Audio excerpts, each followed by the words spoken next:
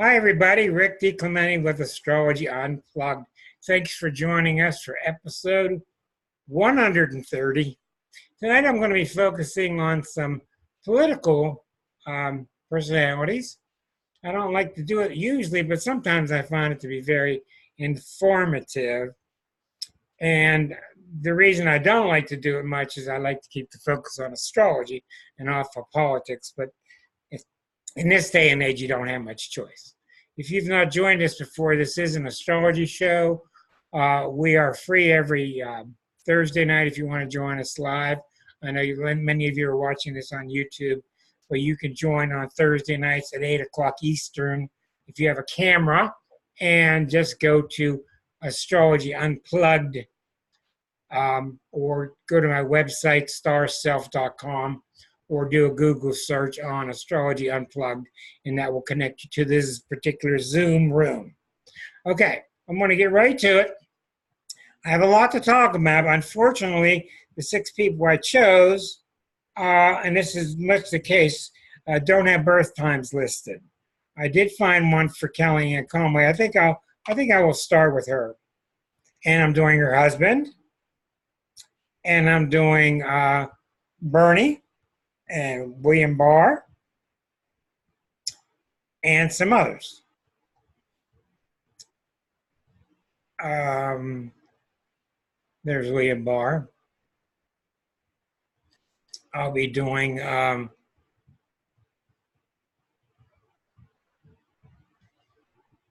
George Conway, Robert Mueller, Mike Pence, Bernie, and Kellyanne. We'll start with Kellyanne. Okay, now here's Kellyanne's chart, and I told you I was under the assumption that she was Aquarius, and I found out today that she's not. And by the way, I want to let you know, I just found this, put it on Facebook. I was messing around, and I found a website called Astro-Charts. Astro-Charts.com. It's a very nice site to get your chart done for free on the screen. They do all kind of stuff, but I can't vouch for their interpretations. But it does a very nice job of showing you where all your planets are, how close your orbs are, what kind of aspects you have, what the plethora of aspects is. And it does a very nice job. It's very attractively done. So you may want to explore that for free. It's Astro-Charts. Back to Kellyanne. Okay. Now, I wanted to mention something to you. The main thing I see with Kellyanne, and notice she does have a birth time at 8:58 in the morning in Camden, New Jersey. She has Pisces rising. She has the sun opposite Jupiter. Okay, 29 degrees, 29 degrees, very strong. I wanted to talk to you about that. I've been thinking a lot about that today. First of all, for some reason, not many people have the sun opposite Jupiter. I don't know why. You just don't see it that often. Jupiter's it moves pretty fast, 1 year per sign, but you just don't see it. Now, here's what I want to talk about. You're going to see this through the evening. I try to turn it more into an astrology lesson as opposed to an expose of the personalities. When the sun is opposite Jupiter, the sun is your ability to speak. It's your ability to speak out, to express yourself, to express the ego, the conscious mind. And when Jupiter is opposite, it makes you pick up a Sagittarian quality, because Jupiter rules Sagittarius. So the sign Sag and the planet Jupiter are similar, but yet they're different, but they're very similar. So when you see a sun opposite Jupiter, certain things will be true, but you have to analyze what sign is the sun in. If the sun is in Aquarius, opposite Jupiter, means something totally different than the sun in Capricorn. Well, in this case, I think it really helps her. Why does it help her? Because Capricorns are not known for being very free with their feelings or free with their expressions. Although that's really taken way too far. Capricorns will continually surprise you, how dynamic and powerful they can be. But when the sun is opposite Jupiter, one of the main things Jupiter does, one of the main things about Sagittarius, is they're cheerleaders. They pat you on the back and they say, good job. Let's see my, where are you going, up the wall? Oh, they're chasing a fly. Okay, now when the sun is opposite Jupiter, all oppositions, everywhere in anybody's chart has a 7th house connotation. Because whatever you're examining, if you put it on the 1st house, the other planet's on the 7th. So all oppositions tell us a lot about how the person has relationships. So we see that she's very supportive, pats you on the back. Okay? So this is one of the reasons that she stayed as long as she has with the president. She's extremely supportive of him. Now, I'm going to try not to get into value judgments, but with my big mouth, I'm sure I won't go very far. We'll see what we'll do. Okay, so the sun is in Capricorn. You see the Mercury and the Venus are both in Aquarius, so those are very idealistic, and boy, you cannot underestimate the power of fixed signs. They're very stubborn. You're not going to change their mind. They're very loyal. Loyal. The Mercury in Aquarius, the Venus in Aquarius. Next chart I'm going to do is her husband, who's a Virgo. And he's got a lot of Aquarius. So she's picks up a lot of Jupiter from this by the fact that it's so close. That's what matters. It's a half a degree off. 2949 and 2924 is within half a degree. I cannot express to you how important a close orb is. Okay? Let's say a truck's coming down the street and you're sitting in your living room and you hear the truck coming and you're in an older home and the truck's coming in, your big window starts to rattle. Okay, we've all experienced this. And when that truck gets right by your house, the window goes, "Rrr." That's what an orb does astrologically. That's why you see sun opposite Jupiter by 7 degrees or 9 degrees or 4 degrees. You have to mentally make it a big deal when the orb is 0. It's a big deal. As a matter of fact, I don't like any planets exact. I don't care if it's square, conjunct, whatever. I like planets to breathe. And the sun can't breathe because Jupiter's in its face all the time. Now, when you think about the sun on fire and Jupiter being big and fiery, these two are pretty compatible. Okay? But you know automatically that she's not a typical Capricorn because of the Jupiter influence on the sun. Okay?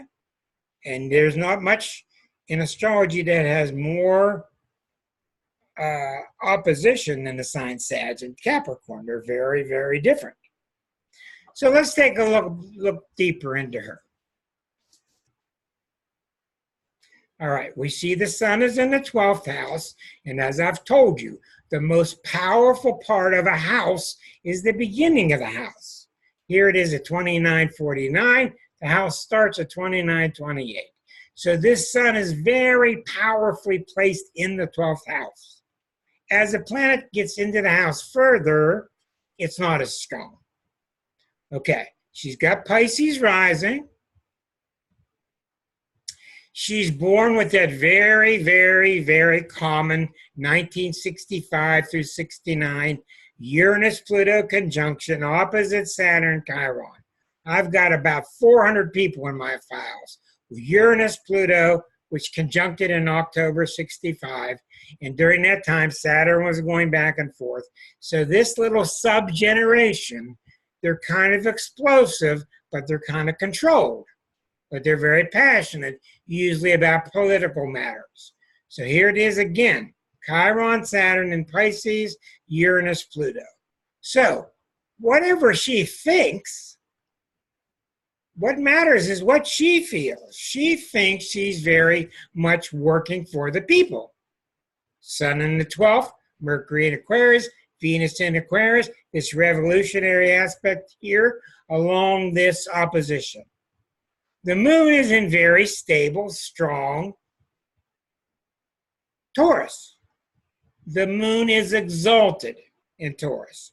If you're new to astrology, every planet is exalted somewhere. That means the best place it could be. The opposite sign is the worst place it could be. Then there's what's called the rulership and the detriment. For example, the moon is exalted in Taurus. It's in its fall, worst place, in Scorpio.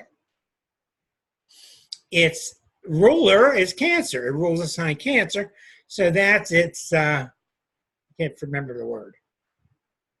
That's where it's dignified. And the opposite sign, Capricorn, is its detriment. So I'm rusty. So that's true for all planets. Now, you'll notice she's got the moon opposite Neptune. That's a big deal. So just having the sun in Capricorn and the moon in Taurus is extremely strong and grounded. But the moon is opposite Neptune. Let's take a look.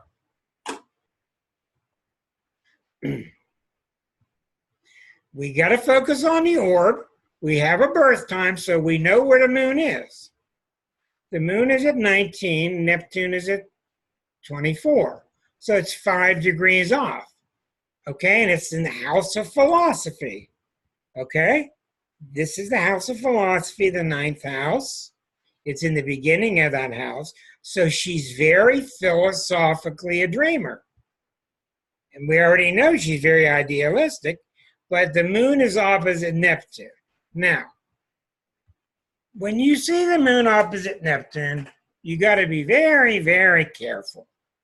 Sometimes, many times it produces alcoholics. Many times it produces escapists. But you got to really, really watch closely with the client as to whether they're in la la land. So the way I do that, I just spend a little time and I find out about their parents. And I don't ask a lot, how different is it than moon in Pisces? Quite different.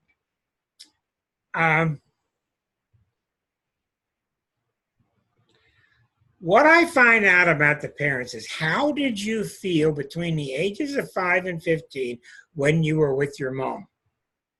How did you feel when you're with your dad between the ages of 5 and 15? Then they'll start to describe them. I don't want them to describe. I want to know, how did you feel? That tells you a lot about the karmic pattern. Now, what I'm looking for, did she have to go in her closet with her flashlight and read comic books and hide? That's very common with moon opposite Neptune. Or you go out in the grass and you write poetry to yourself. So I asked him, when you brought something home nice from grade school, a report or something, and you gave it to your mom, what'd your mom say? What'd your dad say? That's all I need to know. Did you get support? Did you get criticized? You had to go live in the closet.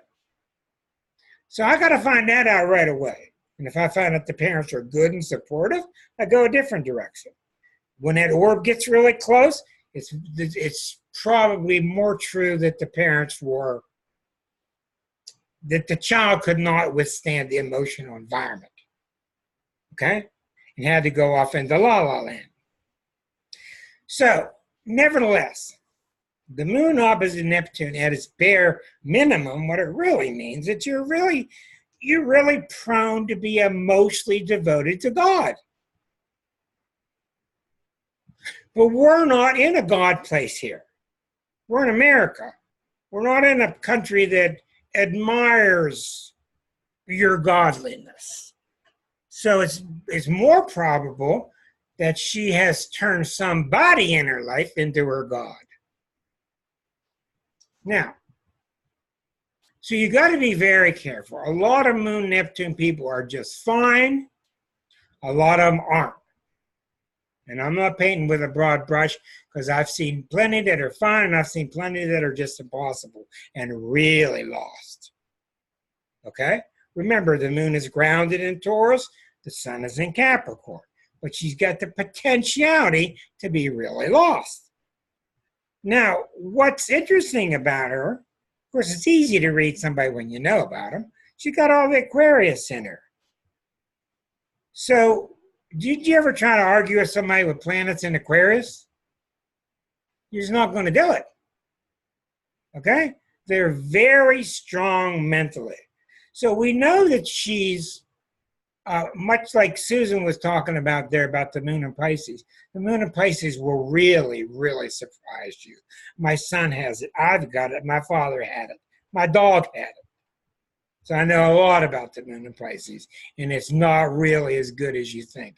Matter of fact, I found it to be very troublesome.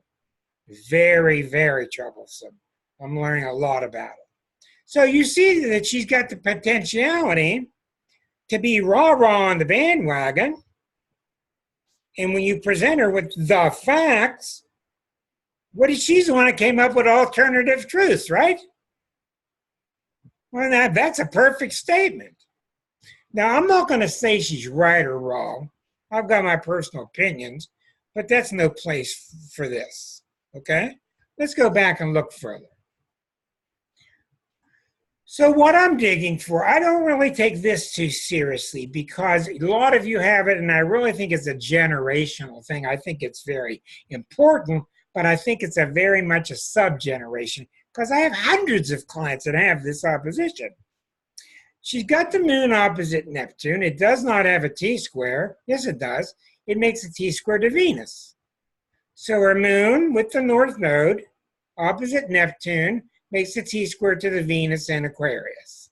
Okay, so I can guarantee you what this means, and we don't need to do much else. Which means her Venus is square to Neptune. Venus square to Neptune means you keep bringing home the wrong kind of boyfriend. Who did you drag on this time? Why does Venus Neptune do that? Because I see the good in them. I'll write to you in jail every day, honest. It means they have a big heart. They drag home wet dogs and wet cats and they want to save them. It's a wonderful quality, but it's not always the most reasonable. So you see that the moon Neptune, which is that battle with reality, sends its energy to the T-square. That's why you hear so much about T-squares here, because the battle's taking place with the moon Neptune, and that energy sends its excess to the Venus, which is amplified in Aquarius. Save the world. So she's into a save the world thing. And what I want to show you, and I'm not going to go a lot further because I got too many to do, but watch this. What's really important to you is what happens when transits go over this point. You see this triangle? There's the T-square. What happens when planets go over this point, or this point, or that point, or even more importantly, this point? The empty point, 17 Leo, is called the wake, like the wake of a boat. And what did we just experience? We just experienced Uranus going into fixed signs. Let me show you. So her early Aquarius stuff is getting bombarded, which is why she's getting so much exposure in the news. Okay, let's put it on by wheel. Not William Barr. We'll put on Kelly and by wheel. And now I will repaint it for you. I have to repaint it so you can see it. Okay, so in the past year, plus a little bit, Uranus has just gone into Taurus. See, Aries, Taurus. Here's the zodiac. There's a dividing line right about there. And when it went into 0, it went back to 29, it went back to 0. Now it's moving all the way to 5. But when it went into Taurus, it sent shockwaves to anything that was at 29 and 1, anything opposite at 29 and 1, anything over here.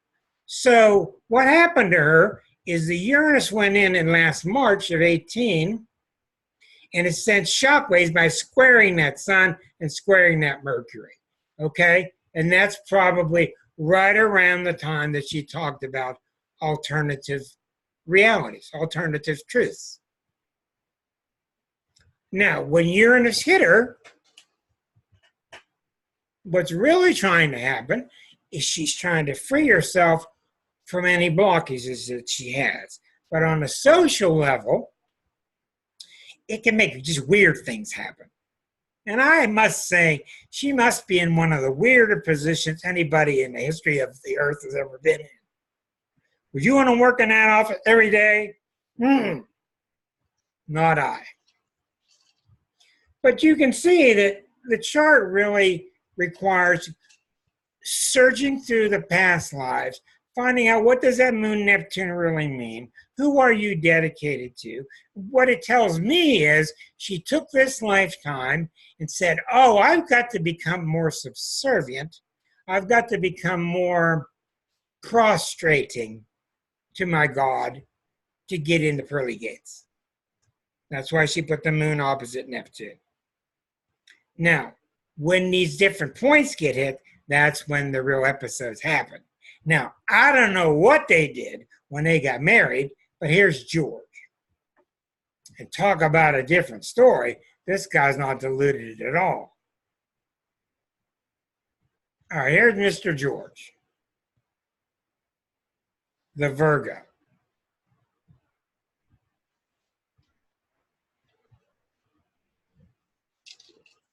I take that back. Remember, this is a noon chart, which means we don't know the birth time. And in a noon chart, Neptune is rising. So I don't know how much weight you could put on that. I think you could put some on it, but I'm not going to go crazy with it. It's Neptune at 13 square to Saturn, which is really rather minor. Okay, you got Virgo, Virgo, Virgo, Virgo. Okay? Pluto, look, zoom in. Don't be lazy. Zoom in. 1 degree apart. Pluto, Venus. Now let's talk about that. Pluto, Venus. So, on one hand, you got the unemotional Venus in Virgo, the unemotional Sun in Virgo, but you got Pluto right next to Venus. That's like having Venus in Scorpio, which is very passionate. Okay? So he's going to alternate between being kind of cool and machine-like, robot-like, and being very passionate. That's just from that piece. All right. Look here. Sun, Uranus. Almost always, not always, almost always you get a genius or somebody near it. When Uranus is near Mercury, when Uranus is near the sun, usually you have to watch out. You don't want it too close. Like I said, it's 4 degrees, 3.5 degrees. And here you get Uranus, Sun, and that Uranus actually conjuncts all 3. So as an astrologer, you have to see all 4 of these as one thing. One big blob of Virgo planets. Now, one of the problems we get into is too many of us got necklaces with our sun sign, and we read the articles. We identify too much with the sun sign. He's not a Virgo man. He's a man with a lot of Virgo impulses, which is why caring for the underdog, like Bernie the Virgo, being the straight shooter, can't stand dishonesty, but usually doesn't speak out. Virgos don't speak out. Richard Gere a little bit.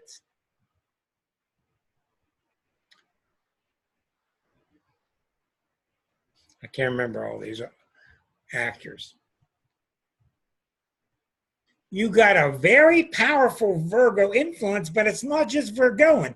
You got to start seeing your chart as if it's your own Mona Lisa. Your chart is completely unique, unless you got a twin. That's a different story. But there's this accidental thing that happens upon us. We look at ourselves too much like I'm a Libra, I'm a Capricorn. It has its truth. But Mr. Conway is a very special person, and you're sending me all these chats, everybody, and I don't have time to read, and I apologize because I'm busy doing this part. I'll do what I can. Those of you on YouTube can't see it, but we can actually live send chat messages to each other, and sometimes we can entertain them. Now, you have got Uranus next to the sun.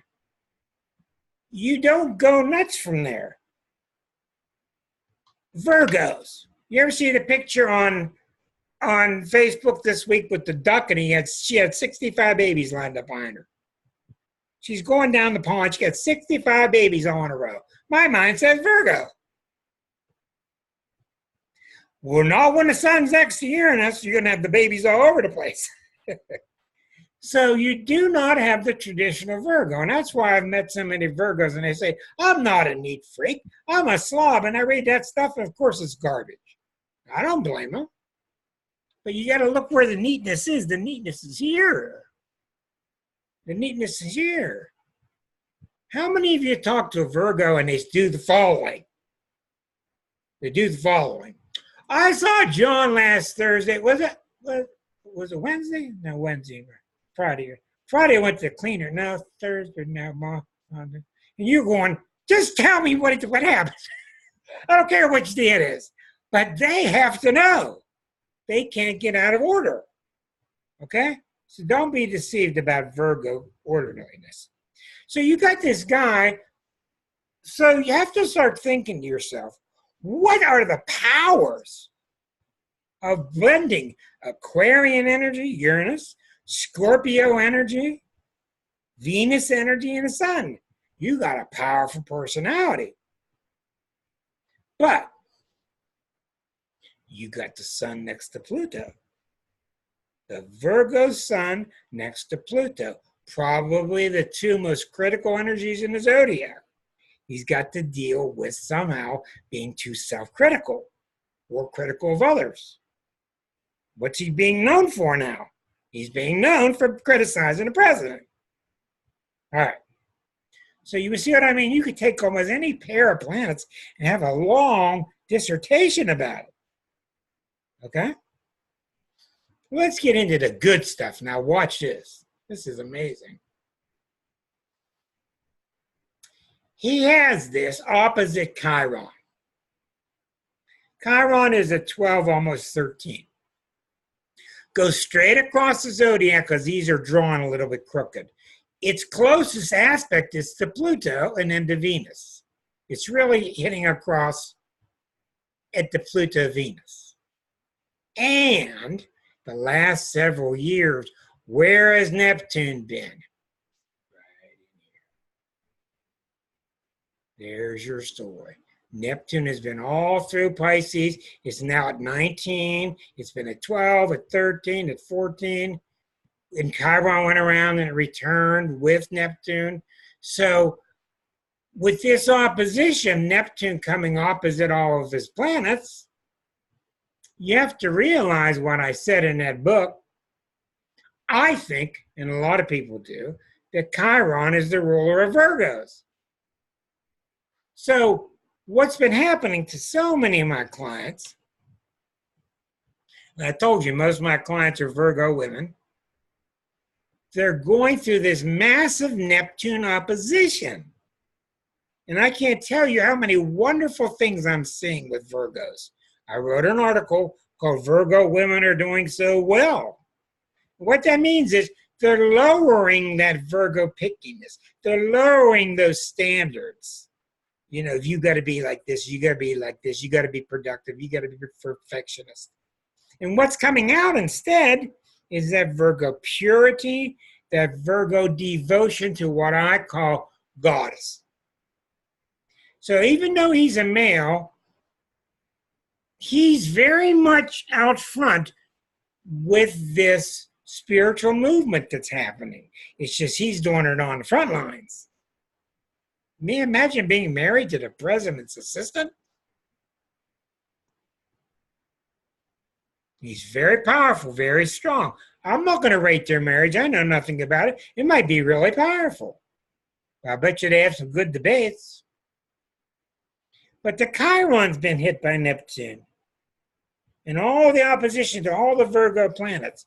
So what you've seen with him is the Neptunization of all his Virgo-ness. Neptune's very gradual through the last several years. Okay? So it's very intriguing. Also, he would be more implied he would be more tempted to go to alcohol than any other time in his life. When Neptune's on you, when you got to watch that stuff. Doesn't mean he did. Okay, let's go back. Okay, so we got the Mars in Libra opposite Jupiter, which is no big deal. We got a trine from Neptune down to Chiron, etc., etc. I would love to have this man's birth time. In one way, we almost have a bucket pattern to Jupiter, but we also have a Saturn moon here. Now look at that. This is very telling. Which sign has the most trouble? Which male sign has the most trouble with emotions? Virgo. You don't want the moon next to Saturn. 6 degrees apart. So, you've got, it just told me something. You've got the moon next to Saturn, which is some inherent problem with expressing feelings. And I think that's part of the problem that he projects onto the president. Because the president has big time trouble with Venus, Saturn, and Cancer. And I think him seeing the president being so untrue and actually dastardly and putting little kids in cages, I think that he projects some of that and sees some of his own coolness. I think he can be trusted.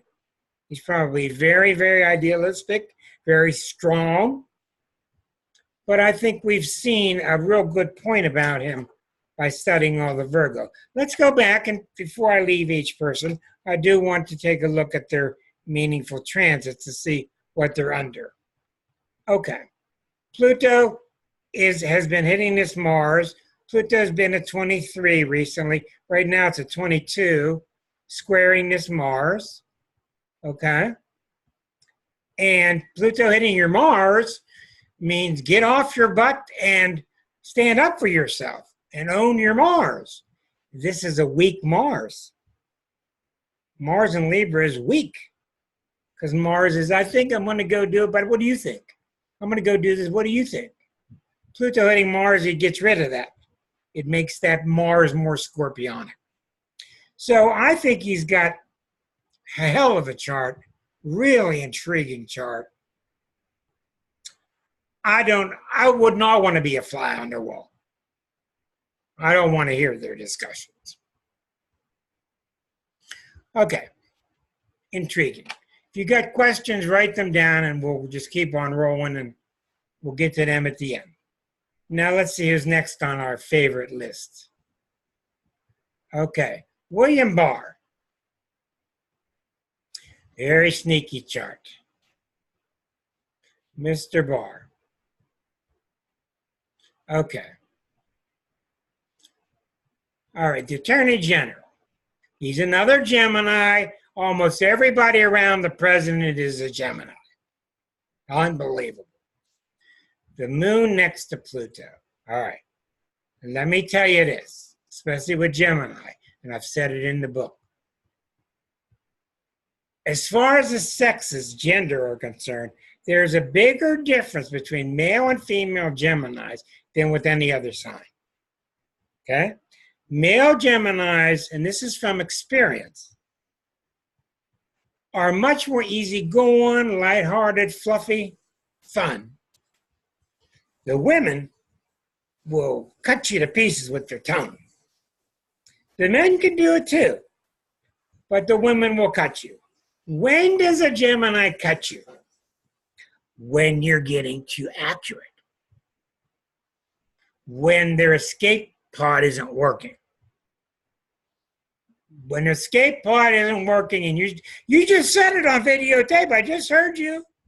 That's when they'll not only escape, but they'll attack. You have to watch it.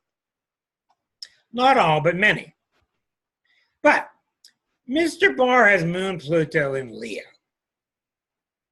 Almost every male I've seen with Moon Pluto in Leo has been really arrogant.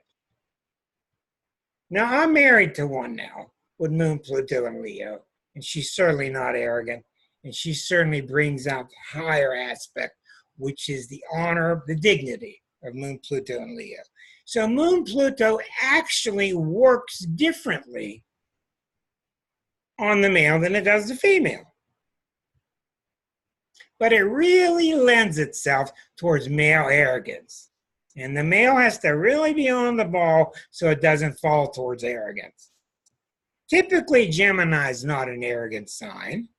Geminis are very playful, interesting, change the tune. Giuliani, you see the playfulness in these personalities. Gerald Ford.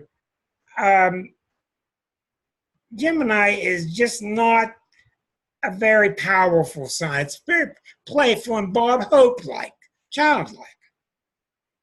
So we get back to the chart and we see the Mercury's in Taurus. It's at 19. It's square to Pluto.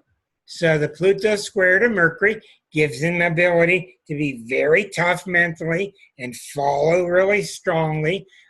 You know, these legal arguments are very difficult. But now you got the source of his arrogance feeding directly into his ruling planet, Mercury. So you think this guy is ever wrong? I don't think so. You think you'll ever get an apology from this guy? Rarely. Venus is in Aries, and the Venus is opposite Neptune. The Venus is opposite Neptune. Now, could it possibly be that this man has put in a requisite, an intriguing introductory letter to the president in hopes of later on maybe getting to the Supreme Court? What do you think the Moon Pluto ain't happy when it gets to the Supreme Court? That's what I think. Venus opposite Neptune is somebody that's real romantic, but can be very deluded, or they can be very deceptive. You got to be careful because people watching it say, I got Venus opposite Neptune. You just told me I was deceptive. Not all of them are deceptive, but you have to go examine it. But we also want to see, when was it triggered? This is why you examine natal planets when they're hit by something, because they spark. Instead of just sitting there, they get hit by something, they reveal their nature and they have to act. So let's take a look. Venus at 19, Neptune at 14, and where has Pluto been for years? Pluto's been sitting at 19. Pluto's now at 22. So these two planets have been squaring Pluto, sitting right here, with Saturn sitting right here. And where's Eris? Right there. So the Venus-Neptune is the story, and that's what everybody's talking about. Is this guy for real? Is he just saying what he has to say to protect his job, etc.? Watch this. I think it's archetypal. Now, let's go back here. Let's take his chart. Let's do the bi-wheel, it's called. The bi-wheel is putting the transits on the outside, the natal on the inside. Okay, now you can see this is right now. Okay, where is Eris? Eris is at 24, moving very slowly. So it wasn't that long ago that Eris crossed this Venus-Neptune axis. Here's the Venus-Neptune axis. It's 5 degrees off. It has no T-square. So it's been gone for several years. for years now, we've had Pluto sitting here while Uranus was back here. So in the last 10 years, last 7 years, this battle that we had with Pluto and Uranus going back and forth 7 times went all over this Venus-Neptune. And that's what dug him out of obscurity. Okay? So, what we want to look at, let's be careful here. I know this is not easy stuff, but this is the mania of astrology. Okay.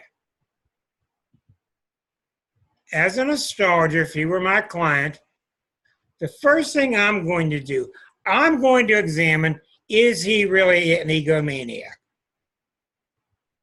In my own head, I'm working at it. Okay?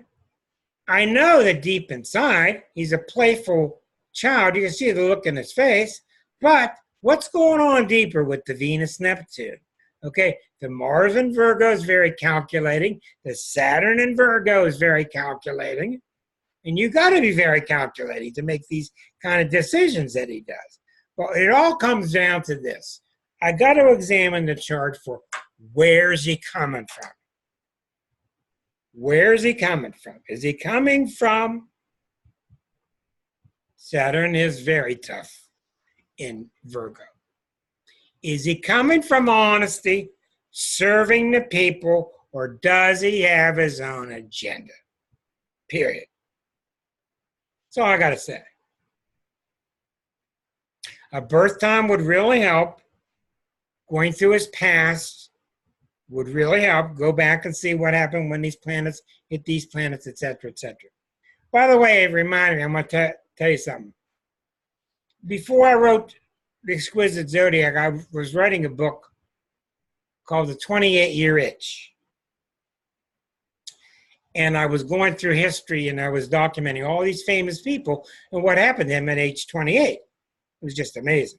And what I found, it's very true, 28 is significant, but what I found is almost everybody does their greatest work when they're 25. And I don't know why. And I don't think it's astrological. And I'm talking about the great songs that the Beatles did, the great songs that everybody did. 25 is a magic number. It's kind of like the end of your youthful energy where it's pre-Saturnian. It's before your Saturn return of 28, and you're full of zest and energy. But I'm going to do a show some night on just people, what happened to people and entities at their 25th year, because I think it's very intriguing.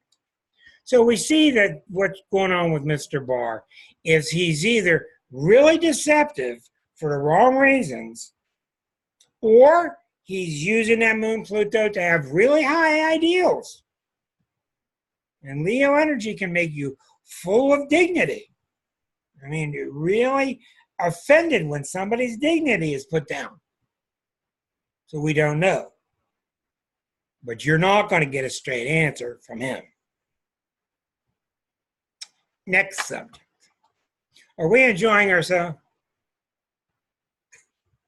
I can't even get an answer. I got him so worn out. Okay. All right. Robert Mueller. Ever heard of the guy? Robert Mueller. Robert Mueller. This is a very intriguing chart. Okay, here you've got a Leo. Sun next to Pluto, 6 degrees. Venus in Leo also. Look at this. Moon Neptune. We just talked about the Moon Neptune. This chart is really based on the Moon Neptune. Okay? This guy could be really, really lost, and I'd have to examine him to find out. But look what we got. We got the Moon next to Eris, all making a T-square to Saturn in Cancer. Saturn in Cancer is very difficult. Okay? Now, we're going to dig deeper. But Saturn in Cancer usually is something inside of you. Don't give it up. Don't open the door. Don't let them in.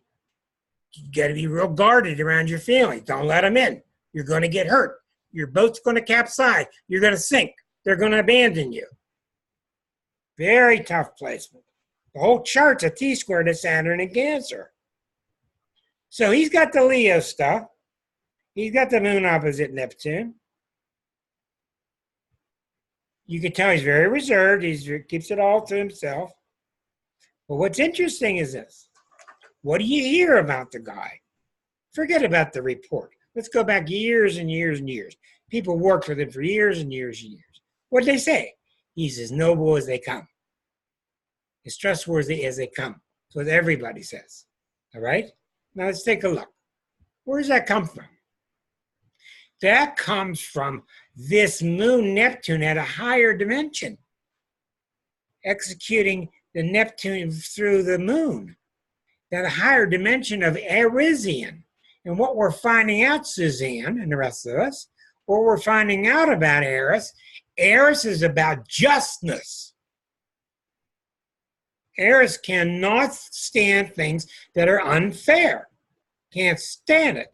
I'm born with Jupiter Eris at the same degree. And I just can't stand it. When my son was little and the kids were playing games and stuff, they'd call Dad in to make a ruling on one of the board games.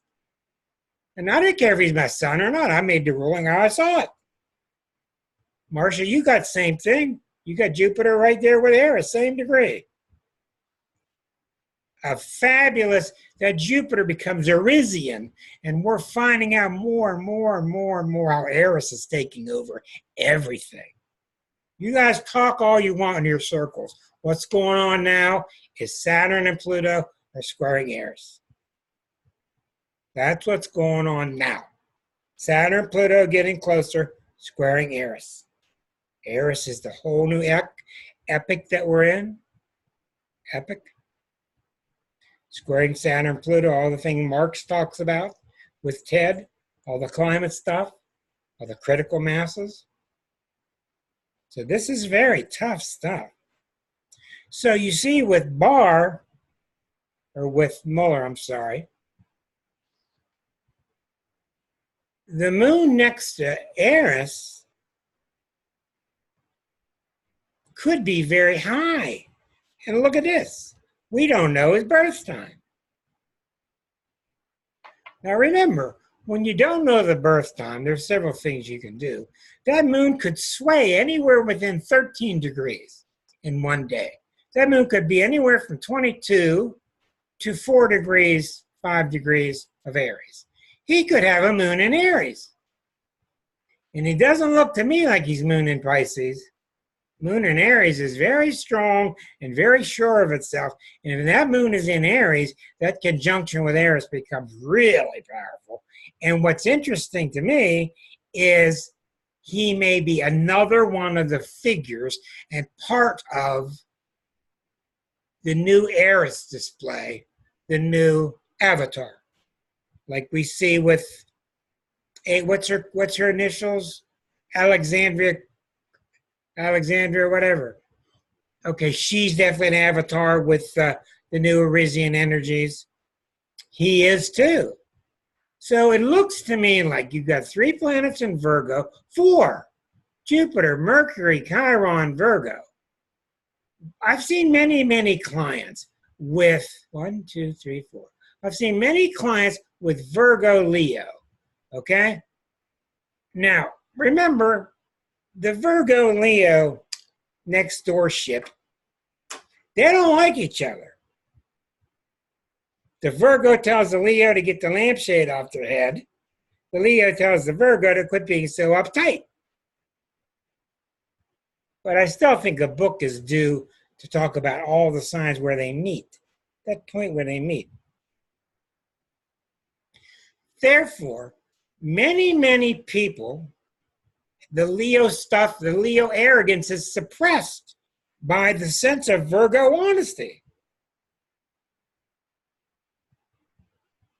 I've seen a lot of killers have charts like this guy, but the moon Neptune softens this man. The moon Neptune gives him a moon in Pisces quality. But I've seen a lot of killers that have a lot of Leo Virgo in them because they don't have emotions. Now, you see sometimes the Leo overwhelms the Virgo, sometimes the other way around. What do you see when you watch this man? He looks like he's straight as an arrow, doing his job, doing the job. Okay, what does the chart tell us? The chart tells us all of those things. What matters is the Saturn in Cancer. What is Saturn in Cancer? Saturn in Cancer, amongst other things, is being called upon now to save the democracy.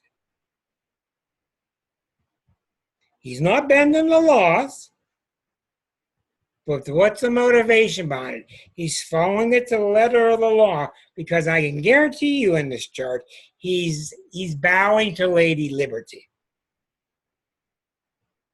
That's what I think.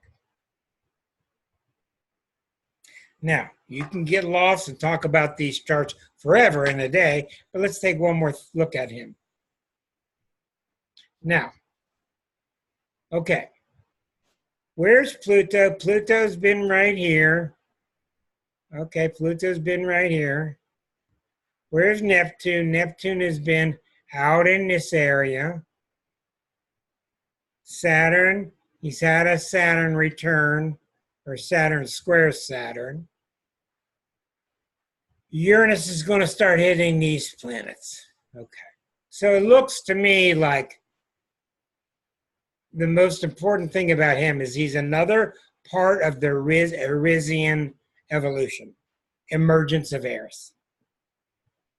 Very intriguing. But you can see how his moon Neptune is operating completely different than the Attorney Generals. And they're at odds directly. One's the boss of the other. Okay, let's move on. We got just a couple more left. We got Mike Pence, and Bernie to do, right? Okay. Mike Pence. What a chart this is. What a chart this is. Hold your mouth. I don't even have to say much. Just take a look at that for a while.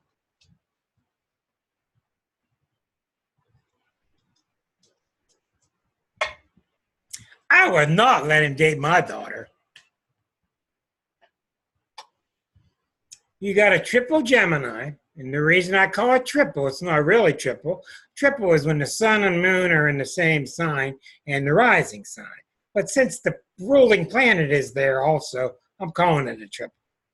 Plus, it's my show. And you got 3 planets in Leo. Now, Arroyo has taught me many things through the years. And several things he's really pretty darn right on. And one of the things he talks about is Venus, Mars, and how it's almost always narcissistic.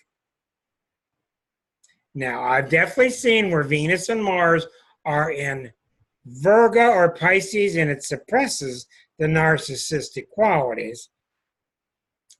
But this, you can bet on, is pretty darn strong near to our narcissism. You have to suspect it. That's the way you do astrology. You find something from your files and you suspect it. And what I tell my students is to make it blink. Don't use an ink pen. Put it in pencil, but make it blink. And that means go check it out. So I hope I can remember these things.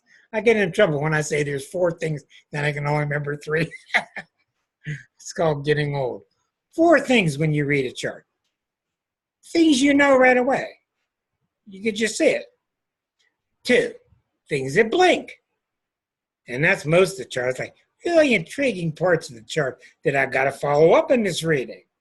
3, I hope I can remember them all. Things that you will never know. Yeah, that's what it is. Things you will never know. These mystery parts, you will never know. No one will ever know. 4, karmic points. You don't know how it got there, but you suspect it came in from a past life. Okay, so you got the 3 planets in Gemini. Okay? which ultimately is somebody who's extremely curious into all this, all things, just so curious. But you get the 3 planets in Leo. So the 3 planets in Leo are not going to let the Gemini be playing in the sandbox of ideas. The Leo planets have to make him his ideas. Mussolini's talking now. Okay? Mussolini, Leo energy, very similar. Dangerous energies. And he said some very dangerous things as if he is the source and he knows. Dangerous man. Let's see here. I keep hitting this button and it won't go. There we go. All right. You've got Pluto at 1, opposite Chiron at 27. Now, I don't know exactly what that means. That's a tough one. It makes a T-square to Jupiter. Pluto opposite Chiron, it tells me with Chiron in Aquarius, he's very concerned with power and the people having power. In his mind, he thinks he's giving people the power, but in actuality, he might be taking the power away from the people. But he's obsessed with this. And the T-square goes to Jupiter in Scorpio. Jupiter in Scorpio is very passionate. So that Jupiter in Scorpio is now very, very passionate because it's coming from Pluto and Chiron in his solar 3rd house. So he's no lightweight, even with 3 planets in Gemini. He has very, very strong feelings.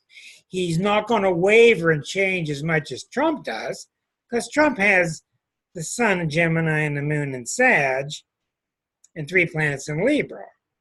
He has many qualities that lean towards this. So this guy is kind of a god to the right wing. Now I want to take a look at this further. All right.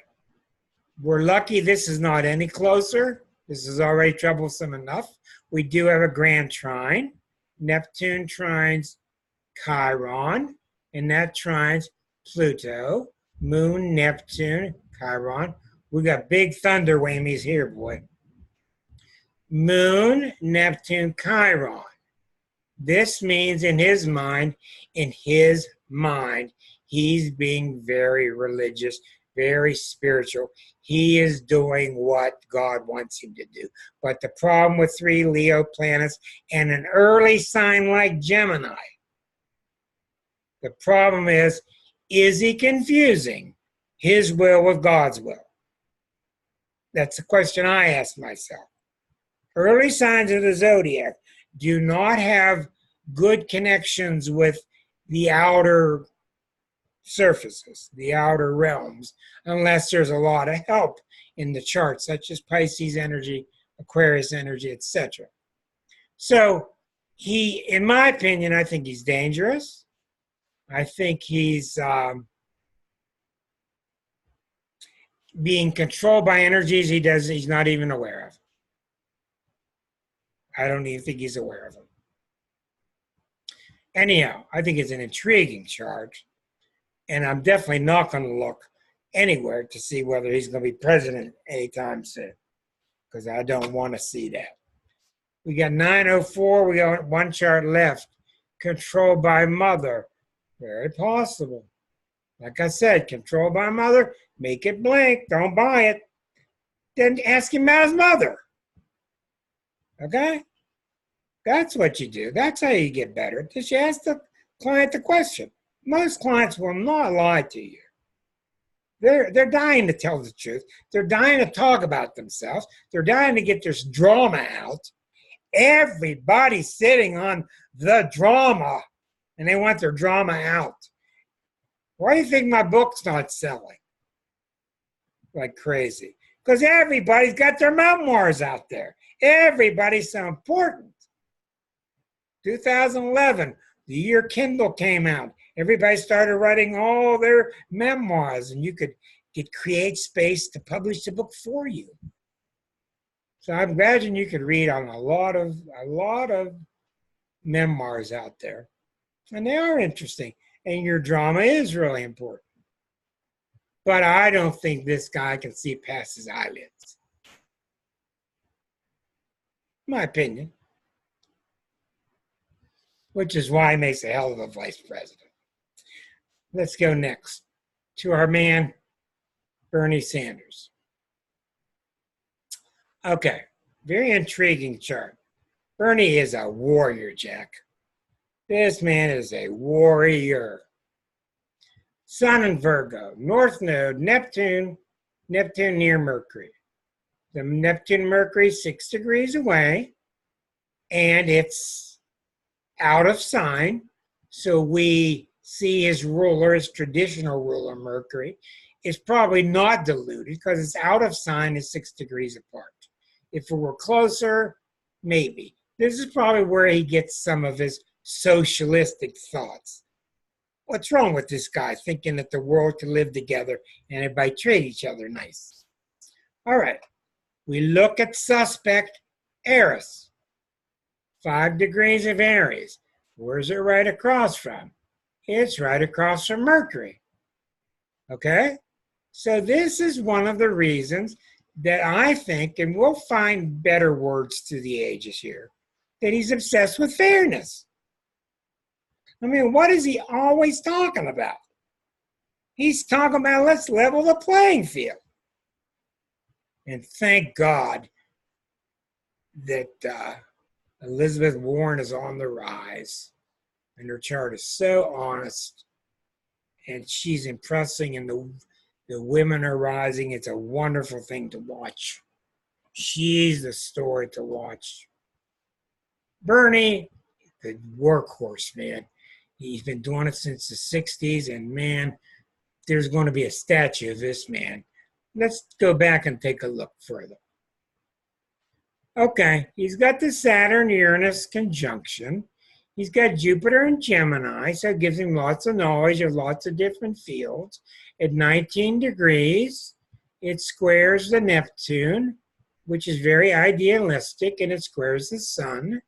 The Pluto is next to Chiron, and it's in Leo.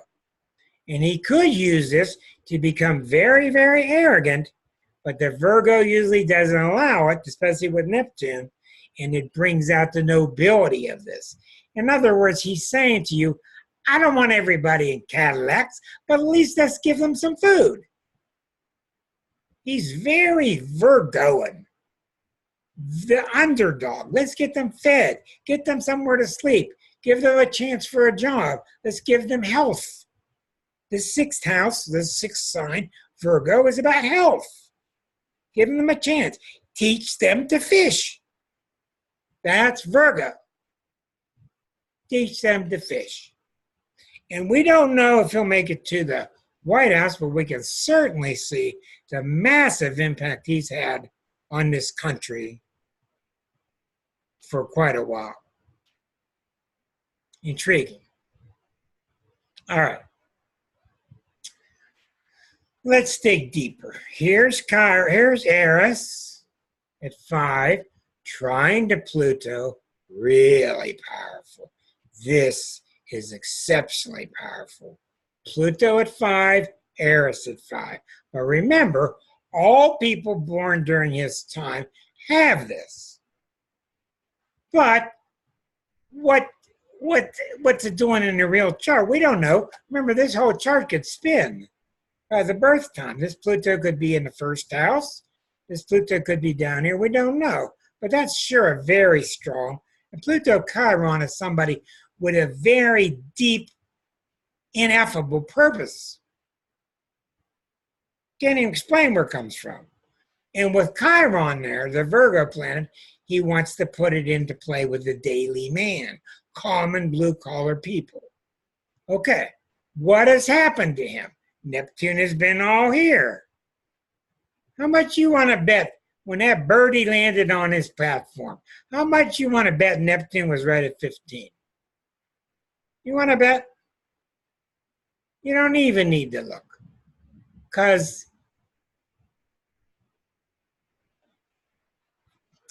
the vision was perfect. The birdie landing on his platform. and him taking just a moment to stop working. See the working Virgo? He took a moment to appreciate it, stop working. Because Virgos are guilty when they're not working. Okay? But the Neptune's been working on him so much opposite this. And what I think he has been, since nobody get a birth time of the USA chart, I think Neptune has really been affecting the United States chart.